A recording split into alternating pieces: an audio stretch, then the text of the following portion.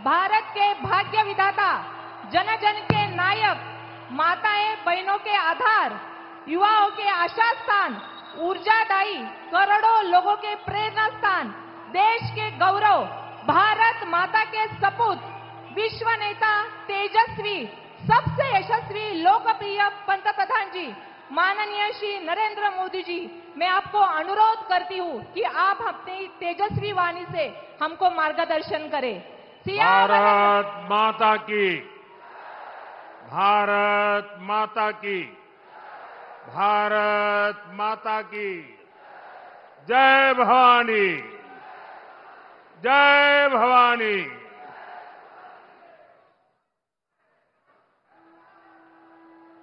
प्रभू श्री रामच्या पदस्पर्शाने पवित्र नाशिक नगरीला माझा नमस्कार। मैं भगवान त्र्यंबकेश्वर और माता रेणुका को श्रद्धापूर्वक नमन करता हूं। आज महाराष्ट्र विधानसभा चुनाव प्रचार के पहले दिन मुझे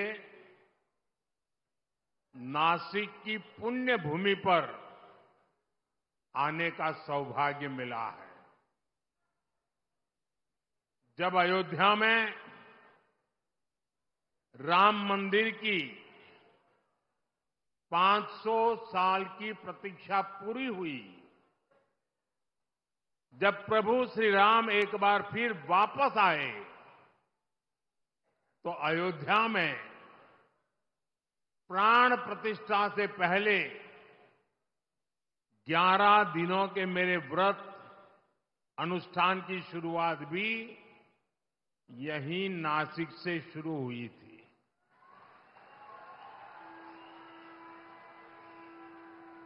मुझे कालाराम मंदिर में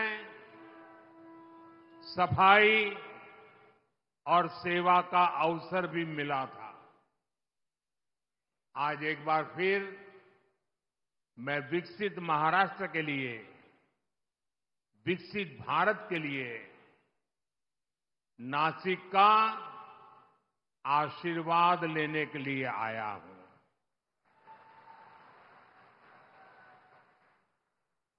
मैं देख रहा हूं नासिक में जनता जनार्दन का एक विशाल जनसमूह महाराष्ट्र का जन जन कह रहा है, भाजपा महायुती आहे तर गती आहे, महाराष्ट्राची प्रगती आहे। साथियों, आज महाराष्ट्र के प्रख्यात साहित्यकार और कला जगत के मजबूत स्तंभ रहे फूल देशपांडे जी की जन्म जयंती है। मैं उनका पुण्य स्मरण करता हूं, उन्हें अपनी श्रद्धांजलि अर्पित करता हूं। साथियों, आज हमारा महाराष्ट्र विकास कर रहा है। हमारा देश नए रिकॉर्ड बना रहा है, क्योंकि आज देश में गरीबों की चिंता करने वाली सरकार है। जब गरीब आगे बढ़ता है, तभी देश आगे बढ़ता है। इतने दशकों तक देश में कांग्रेस और उसके साथियों ने गरीबी हटाओ का नारा दिया, फिर भी गरीब रोटी, कपड़ा, मकान के लिए मोहताज रहा। लेकिन अब केवल 10 वर्षों के भीतर भीतर देश के 25 करोड़ लोग गरीबी से बाहर आए हैं।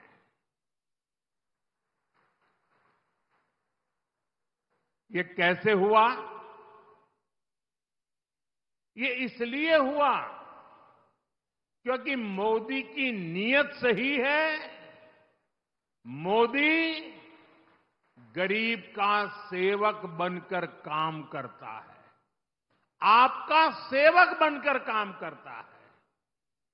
ये इसलिए हुआ क्योंकि गरीब के खिलाफ ये लड़ाई केवल मोदी ने नहीं, देश के गरीब ने भी लड़ी, आप सबने लड़ी। आज महाराष्ट्र में 50 लाख से ज्यादा महिलाओं को उज्ज्वला योजना के तहत मुफ्त गैस कनेक्शन दिए गए हैं। जल जीवन मिशन के तहत राज्य के 1.25 करोड़ से ज्यादा घरों में नल से जल ये सुविधा मिलने लगी है। आज महाराष्ट्र के लगभग 7 करोड़ जरूरतमंदों को हर महीने मुफ्त राशन मिल रहा है। राज्य के 26 लाख से ज्यादा गरीबों को पीएम आवास योजना का लाभ मिला है, उन्हें पक्के मकान दिए गए हैं। गरीबों के लिए ऐसे काम लगातार होते रहें, इसके लिए महाराष्ट्र में महायुति सरकार फिर से बननी जरूरी है। साथियों, डबल इंजन सरकार में विकास की गति डबल होती है, साथ ही योजनाओं का लाभ भी डबल हो जाता है। महाराष्ट्र के किसान आज इसका अनुभव कर रहे हैं। यहां किसानों को एक और पीएम किसान सम्मान निधि का लाभ मिल रहा है, साथ ही नमो शेतकरी महासम्मान निधि ये भी मिल रही है। यानी सालाना 12,000 रुपये की आर्थिक मदद। और मैं मेरे किसान साथियों को बताना चाहता हूं, जब महाराष्ट्र में फिर हमारी सरकार बनेगी तो ये 12,000 रुपये की मदद बढ़कर 15,000 रुपये हो जाएगी। महाराष्ट्र के लाखों किसान परिवारों को इसका बहुत बड़ा लाभ होगा। साथियों, यहां सोयाबीन, कपास, धान और दूध उत्पादकों को भी आर्थिक मदद दी गई है। पेट्रोल में इथेनॉल ब्लेंडिंग बढ़ने से गन्ना किसानों की आय में बढ़ोतरी हुई है। 10 वर्षों में करीब 80,000 करोड़ रुपए इथेनॉल की खरीद में किसानों को मिले हैं। देश का जो रुपया पेट्रोल खरीदने में विदेश चला जाता था, वो पैसा अब मेरे देश के किसानों को मिल रहा है, उनके पास जा रहा है।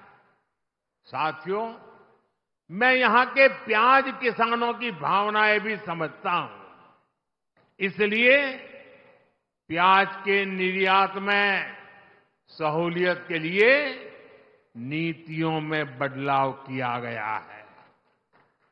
साथियों, भारत की प्रगति के लिए महाराष्ट्र का तेजी से आगे बढ़ना बहुत जरूरी है। महाराष्ट्र आगे बढ़ेगा तभी भारत विकसित बनेगा। महाराष्ट्र किस स्पीड से आगे बढ़ सकता है, पिछले 2.5 वर्ष में महायुति सरकार ने दिखाया है। आज देश में आधुनिक इंफ्रास्ट्रक्चर के प्रोजेक्ट्स में महाराष्ट्र बहुत आगे है। यहां हाईवेज और एक्सप्रेसवे बन रहे हैं। आधुनिक टेक्नोलॉजी से जुड़े क्षेत्रों में महाराष्ट्र में निवेश हो रहा है। लेकिन आप मुझे बताइए, अगर कोई सरकार ये काम रोक दे तो क्या महाराष्ट्र आगे बढ़ पाएगा? हाथ तो हिला रहे हो, मुंह से भी तो बोलो। क्या महाराष्ट्र आगे बढ़ पाएगा? महाराष्ट्र के युवाओं को क्या रोजगार के अवसर मिल पाएंगे? अगर ये काम रुके तो महाराष्ट्र काफी पीछे छूट जाएगा। कांग्रेस और उसके साथी यही चाहते हैं, उनका यही एजेंडा है। महाराष्ट्र में कोई भी बड़ा काम होता है, ये लोग उसका विरोध करने के लिए मैदान में आ जाते हैं। इन्होंने अटल सेतु का विरोध किया। इन्होंने वाटवन पोर्ट पर भी रोक लगाने की कोशिश की। इन्होंने मेट्रो परियोजनाओं को लटकाया।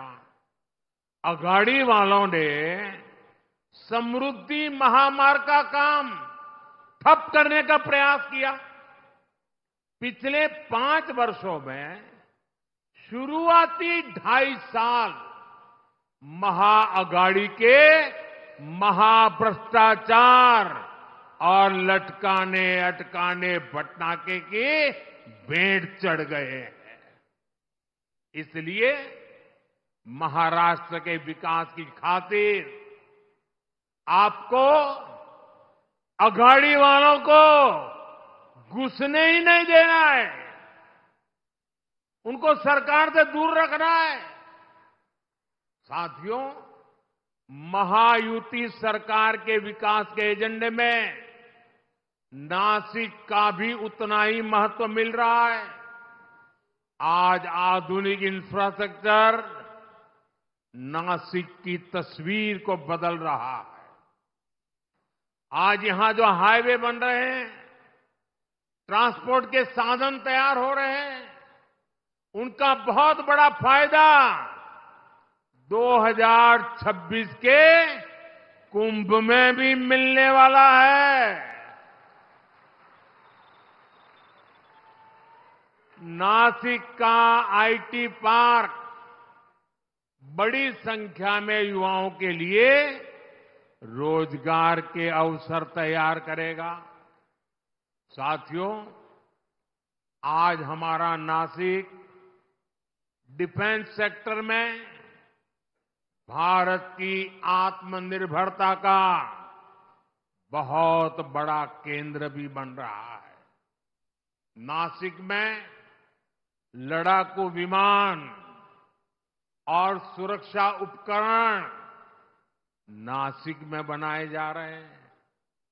आज नासिक के हर व्यक्ति को इस बात का गर्व भी है कि उनका ये नासिक, उनका ये शहर सशक्त भारत में इतनी अहम भूमिका निभा रहा है।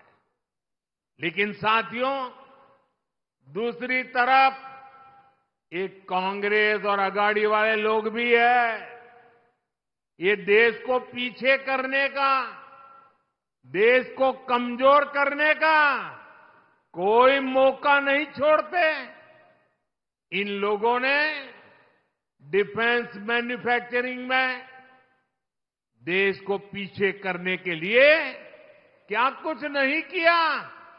इन्होंने एचएएल को लेकर तरह तरह के झूठ फैलाए, विवाद खड़े करने की कोशिश की। इन्होंने फैक्ट्रियों के बाहर धरना प्रदर्शन करवाए, कर्मचारियों को भड़काने की कोशिश की, लेकिन आज वही एचएएल रिकॉर्ड मुनाफे वाली कंपनी बनकर उभरी है। जब नीतियां स्पष्ट होती हैं, नीयत साफ होती है, तो अच्छे परिणाम भी मेरे नासिक के भाई बहन देख रहे हैं। डिफेंस सेक्टर में आत्मनिर्भर भारत की ताकत बन रही है। साथियों, कांग्रेस और इसके साथियों को न बाबा साहब आंबेडकर के संविधान की परवाह है, न कोर्ट की और न ही देश की भावना की। ये सिर्फ दिखावे के लिए जेब में खाली पन्नों वाले संविधान की किताब लेकर घूमते हैं। कल आपने देखा, उनकी पोल खुल गई। जब संविधान की रक्षा की बात आती है, जब संविधान के सम्मान की बात आती है, ते उल्टा ही काम करते हैं।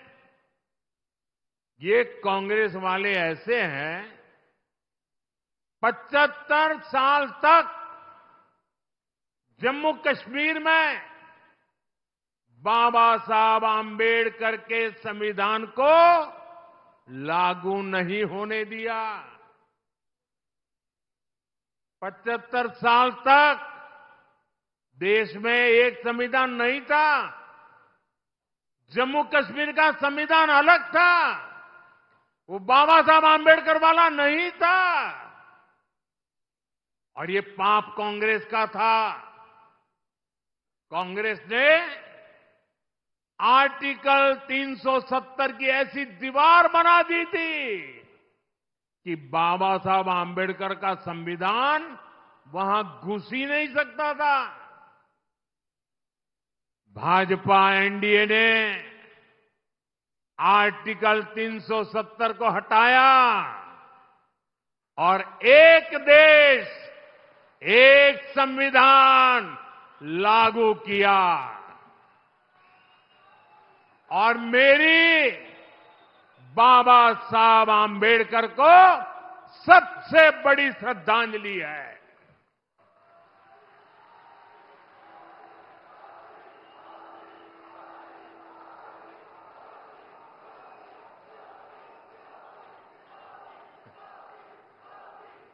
जब भारत का संविधान जम्मू कश्मीर में लागू हुआ, पूरा देश झूम उठा था, नाच उठा था।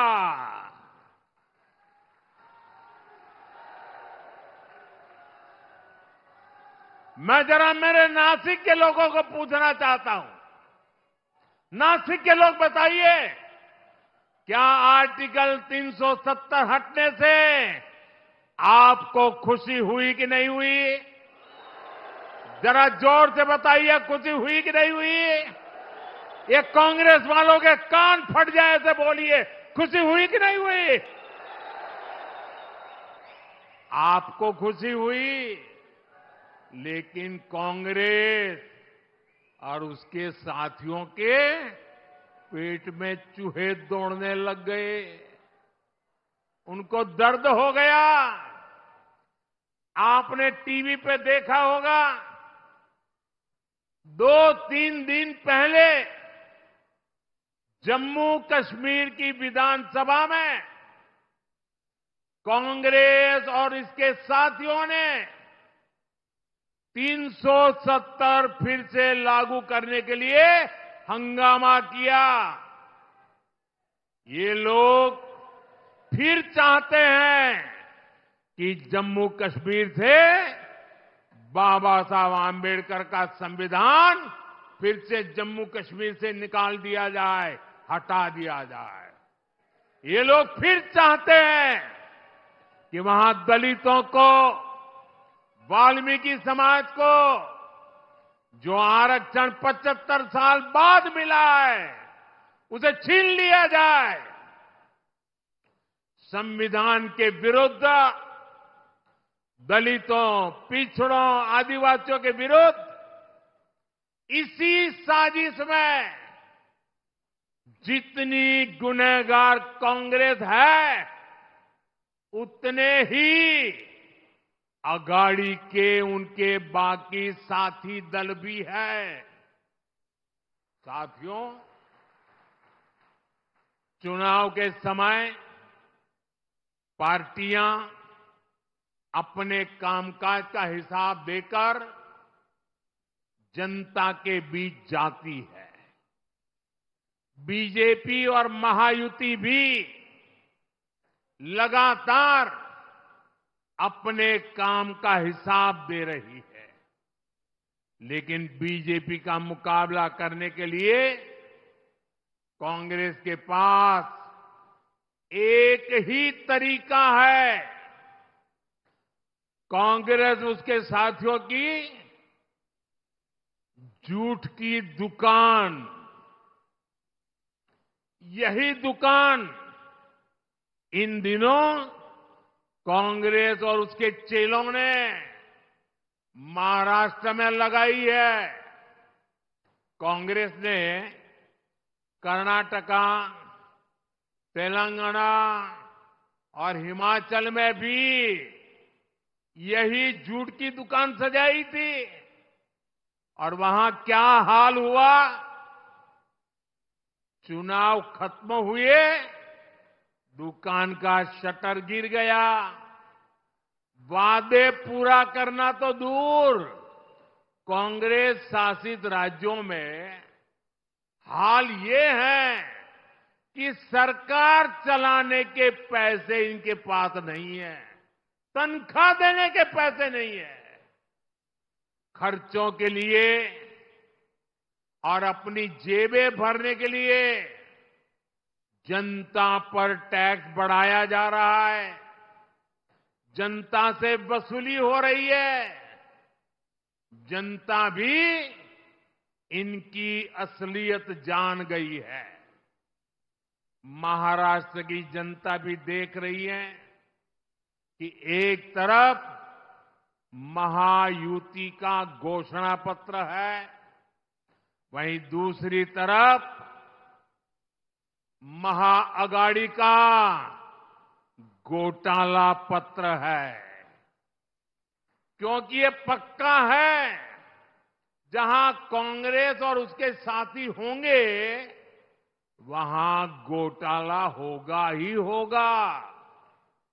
ये लोग ऐसी योजनाओं की घोषणा करते हैं जिसमें से ज्यादा भ्रष्टाचार हो सके। आप महाराष्ट्र में इन लोगों को ये सारा पाप फिर से करने देंगे क्या? करने देंगे क्या? ये धोखेबाजी महाराष्ट्र की जनता के बीच चलेगी क्या? साथियों, पूरे देश ने कांग्रेस की हरकतों के कारण उसे पूरी तरह से खारिज कर दिया है। कांग्रेस अब ऑल इंडिया कांग्रेस नहीं बची। कांग्रेस अब परजीवी कांग्रेस बन चुकी है। ये कांग्रेस पार्टी अब केवल बैसाखियों पर ही जिंदा है। महाराष्ट्र हो, उत्तर प्रदेश हो, बिहार हो, झारखंड हो, ज्यादातर राज्यों में कांग्रेस दूसरी पार्टियों के सहारे ही चुनाव लड़ने की हालत में है। वो अपने पैरों पर खड़ी नहीं रह सकती। इसलिए साथियों, कांग्रेस ने राजनीति में खुद को बचाने के लिए अपना सबसे बड़ा हथियार चला है। ये हथियार है एससी, एसटी, ओबीसी समाज की एकता तोड़ो, एकता तोड़ो और राज छीनो। कांग्रेस के लोग जनजातीय समूह, शेड्यूल ट्राइब, हमारे आदिवासी, एसटी को बांटना चाहते हैं। कांग्रेस के लोग हमारे दलित भाई बहन, एससी को बांटना चाहते हैं। कांग्रेस के लोग ओबीसी को बांटना चाहते हैं। साथियों, कांग्रेस के रहते ओबीसी कभी इतना एकजुट नहीं हो पाया। ओबीसी को आरक्षण भी तभी मिला जब कांग्रेस सरकार हटी। नेहरू जी के समय में कांग्रेस ने ओबीसी को अलग अलग जातियों में बांट करके रखा। फिर इंदिरा गांधी जी का भी वही रवैया था। बाद में राजीव गांधी जी आए। इन लोगों ने कभी ओबीसी को एकजुट नहीं होने दिया। और 90 के दशक में जैसे ही ओबीसी एकजुट हुआ, ओबीसी एक ताकत बना, ओबीसी अपने हकों के लिए जागरूक बना, ओबीसी देश की भलाई के लिए कुछ करने के लिए आगे आया। और इसका पहला नतीजा क्या आया? जैसे ओबीसी ताकतवर बना भारत में, उसके बाद कांग्रेस की पूर्ण बहुमत वाली सरकार बनना बंद हो गया, उनका शटर गिर गया। और इसलिए कांग्रेस को ऐसा गुस्सा है कि ये ओबीसी ओबीसी ओबीसी आया कि हमारी दुकान बंद होती गई। और इसलिए कांग्रेस चाहती है कि ओबीसी समाज को कमजोर कर दो भाई, उनकी एकजुटता को समाप्त कर दो। कांग्रेस का स्पष्ट मत है कि ओबीसी कमजोर होगा तभी कांग्रेस के लिए सत्ता का रास्ता खुलेगा। इसलिए कांग्रेस ओबीसी को बांटकर उनमें दरारें पैदा करना चाहती है। यहां नासिक और इस क्षेत्र में कितनी ही ओबीसी जातियां हैं, कुणबी, माली, वाणी, गुजर, कुंभार, नावी, सुतार, सोनार, देवड़ीगा, धांगर, धनगिरी, गंवाड़ी, शेटवाल, माली, मालिस, नामदेव, आहिर, तंबोली, धावड़, जाटगर, धाकड़ बैरागी, सैगर, कितने सारे। कांग्रेस इन सारी जातियों को आपस में लड़ाना चाहती है। कांग्रेस चाहती है कुणबी ये जाति माली से लड़े, वाणी जाति गुजर से लड़े, कुंभार साथी नावी से लड़े। कांग्रेस चाहती है कि सुतार सोनार से भिड़ जाए। कांग्रेस ओबीसी के तौर पर आपको एकजुट नहीं होना देना चाहती। इसलिए वो चाहती है देवड़ीगा धांगर से लड़े, धनगरी गवांडी से टकराए, नामदेव आहिर से उलझे। कांग्रेस का इरादा है तंबोली दावड़ से झगड़ा करे, जाटगर सैगर से लड़ाई करे। आपकी एकजुटता को तबाह करने के लिए कांग्रेस मैदान में उतरी है। आपकी एकता से, आपकी मजबूती से कांग्रेस को सबसे ज्यादा तकलीफ है। इसलिए वो चाहती है कि ओबीसी अपनी एकजुटता खो दें और कांग्रेस के लिए सत्ता का रास्ता खुल जाए। मैं आपसे पूछता हूं, जब ओबीसी अलग अलग जातियों में बटेंगे तो कमजोर होंगे कि नहीं होंगे? जरा पूरी ताकत से बताइए, कमजोर होंगे कि नहीं होंगे? आपकी ताकत घटेगी कि नहीं घटेगी? और इसलिए आपको याद रखना है, मेरा तो एक ही मंत्र है, हम एक है तो सेफ है, हम एक है तो सेफ है। सच्चाई यही है कि कांग्रेस ओबीसी से नफरत करती है।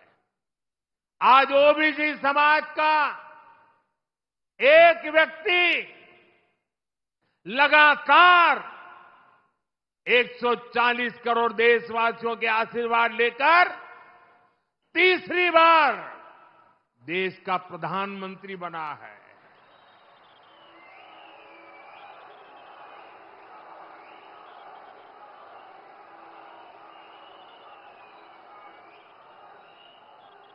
कांग्रेस को हजम नहीं हो रहा है, ओबीसी, वो भी इतनी छोटी जाति का, वो कैसे प्रधानमंत्री बन गया और 60 साल के बाद तीसरी बार बनने वाला बन गया।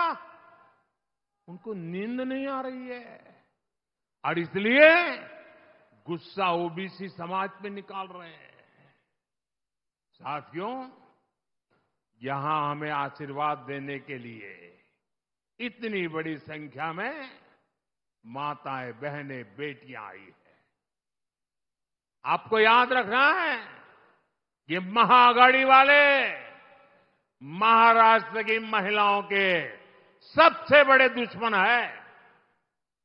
आप जानते हैं, आज पूरे देश में महाराष्ट्र की एक योजना की बहुत चर्चा हो रही है। हर एक की जुबान पे वो चर्चा है, माझी लाड़की बहन योजना, माझी लाड़की बहन योजना। हमारी बहन बेटियों को इस योजना का लाभ हो रहा है, लेकिन ये जो कांग्रेस और आघाड़ी वाले हैं, इन्हें इस योजना के लिए बहुत तकलीफ हो रही है। इस योजना को बंद कराने के लिए ये लोग कोर्ट तक चले गए हैं। भाई और बहनों, बीजेपी और महायुति महिलाओं के सम्मान और प्रगति के लिए समर्पित है। केंद्र सरकार की नीतियों से आज महिलाएं सशक्त और समर्थन बन रही है। हम 3 करोड़ बहनों को लखपति दीदी बना रहे हैं। महिलाएं आज ड्रोन दीदी बन रही है, देश की प्रगति में सक्रिय भूमिका निभा रही है। आज हम गरीबों को प्रधानमंत्री आवास दे रहे हैं, तो वो भी घर की महिलाओं के नाम पर दिए जा रहे हैं। अभी केंद्र में नई सरकार बनने के 100 दिन के भीतर ही हमने 3 करोड़ नए घरों को भी मंजूरी दी है। अच्छा, मेरा एक काम करोगे भाई? जरा हाथ ऊपर करके बताइए, मेरा एक काम करोगे? पक्का करोगे? देखिए, आज चुनाव में आप लोग घर घर जाने वाले हो, हर गांव जाएंगे, मोहल्ले में जाएंगे, लोगों से मिलेंगे। अगर आपको कहीं पर भी कोई परिवार कच्चे घर में रह रहा है, कोई परिवार झोपड़पट्टी में रह रहा है, तो उसको जाके कहना कि मोदी जी ने मुझे भेजा है, अब तेरा घर पक्का बन के रहेगा। ये कहेंगे और उसका नाम पता लिख करके मुझे भेज देना। देखिए, आप ही मेरे लिए मोदी है। आप जाकर के वादा कर देना, मैंने ठान के रखा है, मैं गरीब के पक्के घर बनाऊंगा। हमने महिलाओं को विधानसभा और लोकसभा पहुंचाने के लिए नारी वंदन अधिनियम भी पास कराया है। यानी जिन बहन बेटियों को कांग्रेस ने इतने दशकों तक शौचालय और सुरक्षा तक से वंचित रखा, अब वही विकसित भारत का चेहरा बनेगी। साथियों, ये चुनाव एक और महाराष्ट्र के भविष्य का चुनाव है। साथ ही ये महाराष्ट्र के सम्मान का और स्वाभिमान का चुनाव भी है। एक और बीजेपी और महायुति है, जिसके लिए मराठी संस्कृति और इतिहास ये हमारी आस्था के केंद्र है। हमारी केंद्र सरकार ने मराठी भाषा को अभिजात भाषा का दर्जा दिया है।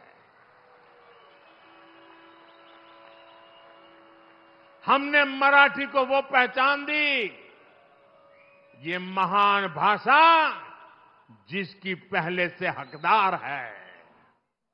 हमने छत्रपति शिवाजी महाराज के आदर्शों की बात की, उनके सम्मान को आगे बढ़ाया। बीजेपी गर्व से कहती है कि वीर सावरकर हमारे प्रेरणा स्रोत है।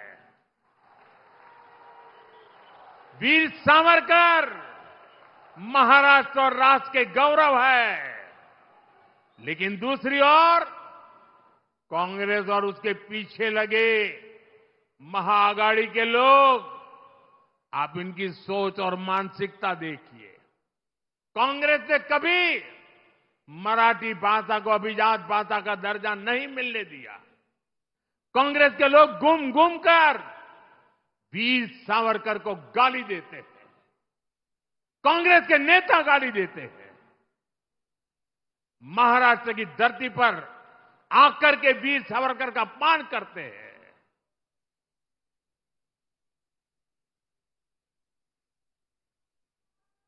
और मैंने सुना है कि महाराष्ट्र के आघाड़ी के कुछ नेताओं ने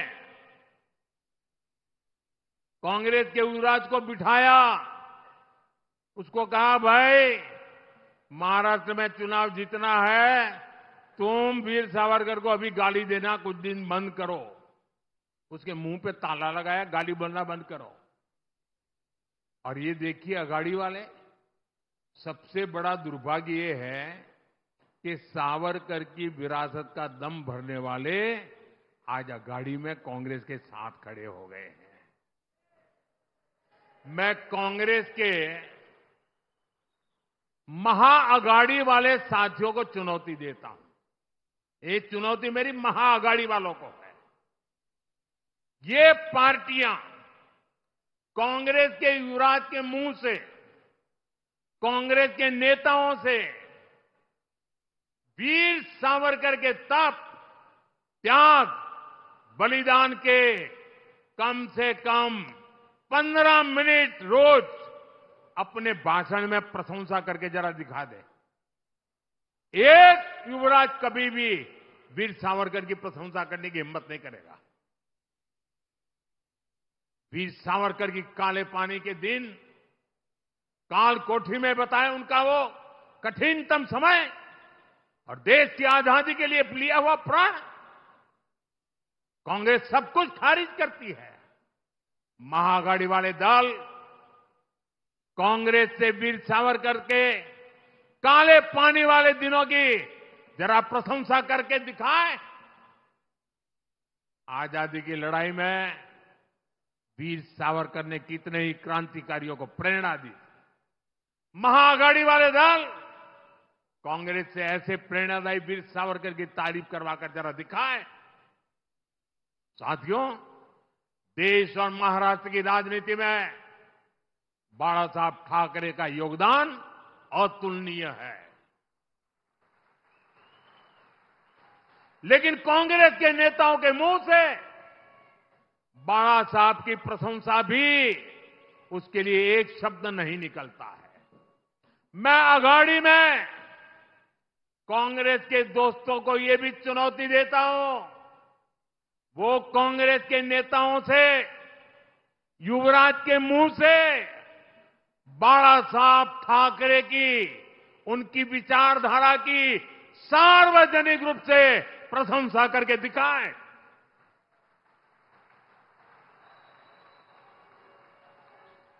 आज 8 नवंबर है, मैं दिन गिनूंगा और महाआघाड़ी वालों से जवाब का इंतजार करूंगा कि वो सावरकर जी की प्रशंसा करते हैं कि नहीं करते हैं, बाला साहब की ठाकरे के तप की प्रशंसा करते हैं कि नहीं करते।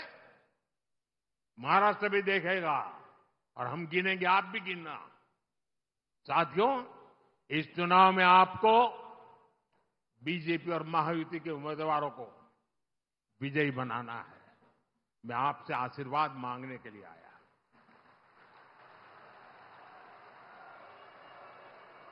मैं आपको विश्वास दिलाता हूं, महाराष्ट्र में आने वाली सरकार बड़े फैसलों के लिए काम करेगी।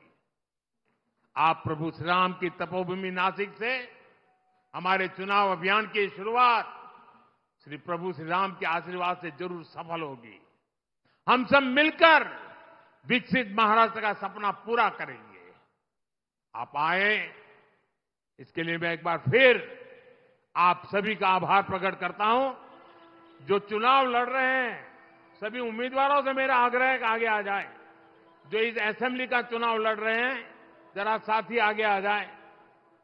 जो चुनाव लड़ रहे हैं, आठवले जी, आपको तो मेरे साथ रहना है, वहां यहां वापस नहीं आना है।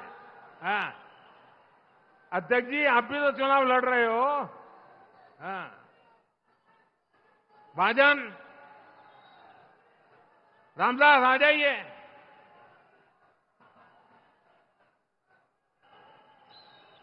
मेरे साथ बोलिए, भारत माता की, भारत माता की। बहुत बहुत धन्यवाद। जरा रुकिए।